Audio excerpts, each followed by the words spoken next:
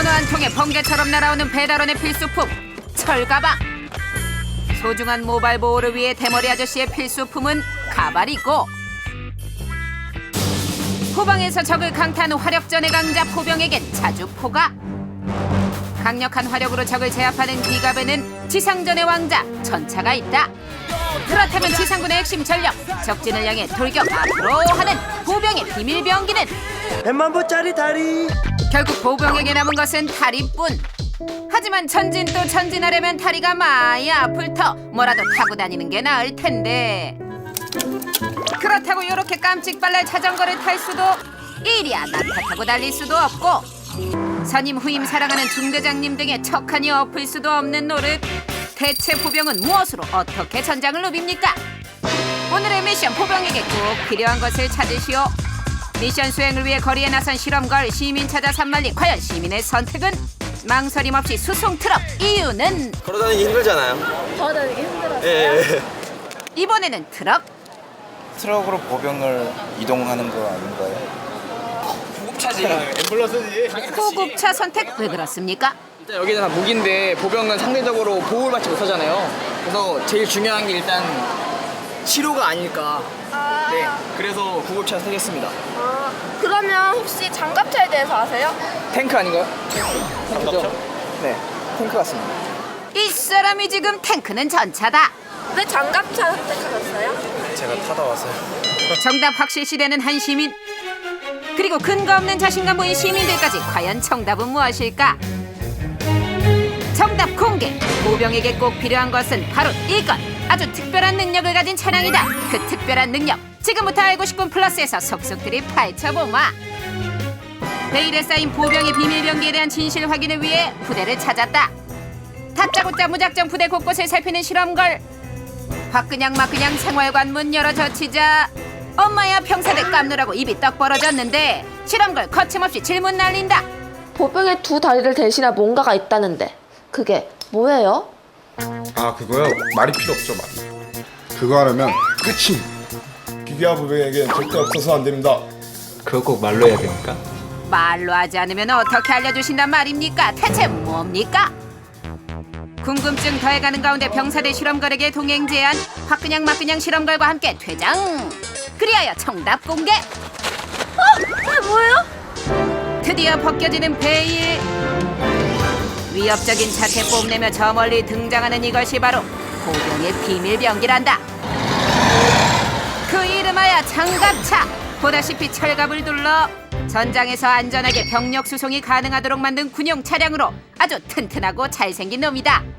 다시 한번 말씀드리자면 이 장갑차 일반 보병이 아닌 기계화 보병만이 가진 특별한 놈으로 무한 궤도를 장착해 360도 회전까지 가능하니 천장을 누비기에 딱. 그런데 여기서 잠깐. 장거리 타격을 위한 최강 화력 자주포와 근거리 적지압을 위한 기갑 부대의 전차,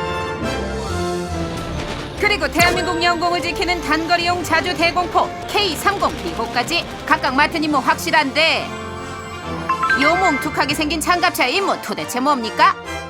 장갑차는 장갑 능력을 갖춘 병력 이동수단으로서 아군의 생존성을 증대시키고 전투력 보존의 효과를 얻을 수 있습니다.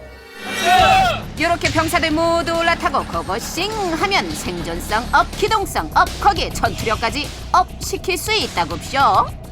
그래서 준비한 장갑차의 특별한 능력, 첫째, 상상 그 이상 예측 불허의 기동력. 전쟁의 승패를 좌우하는 스피드. 치고 빠지고 빠지고 치기 위해선 기동성이 중요한데, 장갑차는 얼마나 빠르냐? 깜짝 테스트, 병사와 장갑차의 한판 승부. 누가 빠를까? 100m를 달려 완주 속도를 비교해보자. 잠시 기계와 보병사단 최고의 스피드맨 김광훈 이병, 기계와 보병의 주력 차량 K200 장갑차. 키가 막히고 코가 막히는 세기의 대결이 펼쳐진다. 과연 대결의 결과는 어떻게 될까? 출발과 동시에 쭉쭉 밀고 나오는 김광훈 이병 스타트 굿굿굿. 한편 K200의 스타트는 뱃. 하지만 점점 가속도가 붙기 시작. 좀처럼 결과를 예측할 수 없는 가운데 마침내 결승선을 먼저 통과한 쪽은 K200. 김광훈 이병, 승부의 세계는 냉정하다 지몸미. 그렇다면 장갑차 대체 얼마나 빠를까니? 이 육중한 몸으로 노상 최고 주행 속도가 시속 74km란다. 또한 무한궤도가 전체 무게를 분산시키니 마찰력이 커서 어떠한 길도 쾌속 질주 가능. 이뿐이 아니다. 길이 없는 곳도 갈 수 있다. 물갈퀴형 궤도의 회전으로 생기는 추진력으로 이렇게 자체 수상 도하가 가능하단다. 시속 7km로 무리를 달리는 놀라운 능력까지. 장갑차의 뛰어난 기동력은 그야말로 상상 그 이상이다. 계속해서 장갑차의 어마어마한 수속 능력을 공개한다. 장갑차는 병력을 전장까지 안전하게 이동시키는 것이 주된 역할. 그렇다면 몇 명의 병력을 이동시킬 수 있을까? 직접 확인해봤다. 1, 2, 3, 4. 끊임없이 나오는 병사들 모두 합쳐 병사가 8. 이게 다가 아니라 이들은 전투 병력이고 장갑차 승무원이 더 있다. 소대 전술을 지휘하고 주무장을 사수하는 소대장, 군대를 이끌고 부무장을 사수하는 분대장, 여기에 조종수까지 장갑차 수용 인원은 무려 11명. 계속해서 보고도 믿을 수 없는 어메이징한 장갑차의 방어 능력을 공개한다. 일촉즉발의 순간 필요한 건 적의 공격을 방어하며 더 강한 공격을 하기 위해선 든든한 방패, 교통호에 딱 붙어야 한다. 하지만 교통호가 없을 땐 당황하지 말고 철갑을 두른 장갑차에 딱 붙으면 끝. 적의 공격이 계속된다면 당황하지 말고 장갑차에 탑승 후 안전한 곳으로 이동하면 끝. 포탄도 총탄도 두렵지 않다. 장갑차는 그야말로 작은 방공호인 셈. 대체 어떻게 얼만큼 안전할까? 먼저 정면, 후면, 측면 모두 탄 폭발력을 완화할 수 있도록 장갑차 외부에 장갑을 더 씌웠다. 그리하여 전 후면 각각 12.7, 7.62mm 탄 방호 가능하다. 또한 장갑차에는 분당 최대 600발의 탄을 발사할 수 있는 주무장 M60과 부무장 K6 두 개의 기관총이 장착되어 있어 화력 지원 또한 가능하다. 그리고 특별한 방호 능력이 하나 더. 바로 연막탄을 이용한 연막차장. 연막차장이란 적의 관측이나 사격으로부터 아군의 군사행동 등을 감추기 위해 연막탄을 발사해 피우는 연막구름 되시겠다. 이처럼 기동력, 수속 능력, 방호 능력까지 두루 갖춘 기계와 보병의 비밀병기 장갑차. 그런데 이렇게 중요한 장갑차는 도대체 언제 어떻게 만들어진 겁니까? 1차 세계대전 당시 영국에서 강한 화력과 병력 수송이 가능한 마크1을 개발했으니 이것이 장갑차의 시초.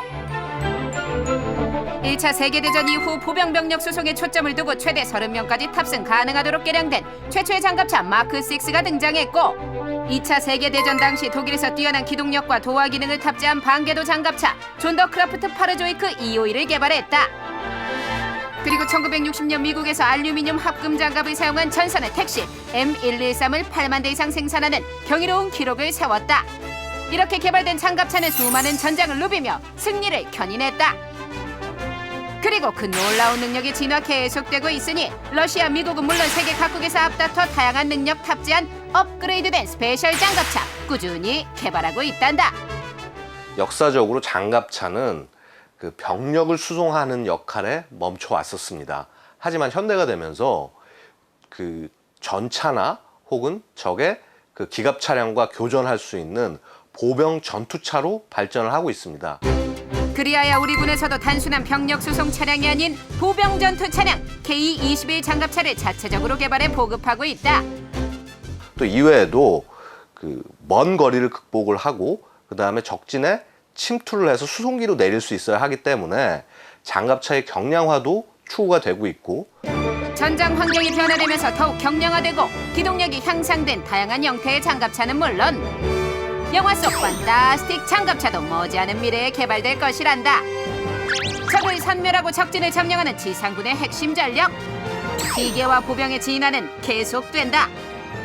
뛰어난 기동력에 강력한 화력, 견고한 방어력까지 갖춘 장갑차와 함께 강한 전투력으로 전장의 승리를 향해 진격 앞으로